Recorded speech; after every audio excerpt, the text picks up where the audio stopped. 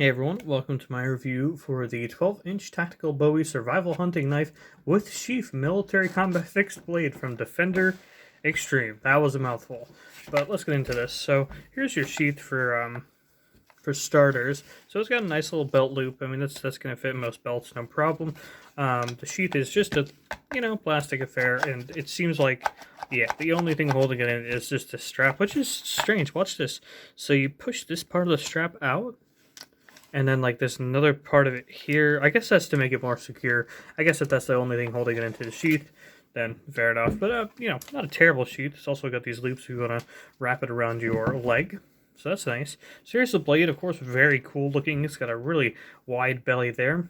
Of course, it says Defender Xtreme on it. So full disclosure, I actually saw this exact knife under the Survivor brand, I think it is. So this is definitely a Chinese-made knife that is being rebranded for sale in the American market. But it is 3CR13, which is a very solid steel. And the first thing that jumped out to me about this, very thick steel here. So, the Flissa knife that I took a look at earlier, this thing is even thicker when it has a shorter blade. So when I say that's the downfall of the Flissa Bowie knife, it definitely is. But also here, the grip is 100% plastic. The pommel and guard and the handle are all plastic, but it's got a really nice texture to it, but without being uncomfortable. And the guard is actually pretty sizable as well. I mean, I don't think this thing's slipping off anytime soon. But what about the tang? That is number one thing about these cheap knives.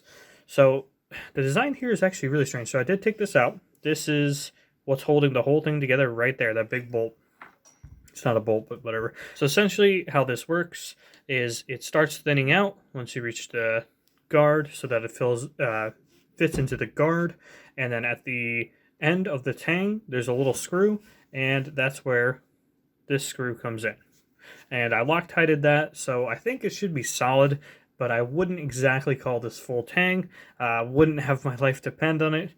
Did whack a bunch of bushes, though. Actually got a little nick there in the coating. You can actually see that pretty well. And when I saw under the Survivor brand, I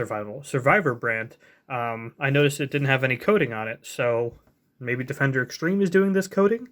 And they obviously have their logo there. As for the sawtooth, well, you see me running my finger along it, so not the best saw for sure. I mean, on a what is this, 12-inch one? On a 12-inch knife, I mean, you don't really need a saw like this. But if you were gonna put one on it, you better make it useful, because then I can't put my finger like this for doing it, because it is still at least a little sharp, so you wouldn't want to put your finger on there or anything.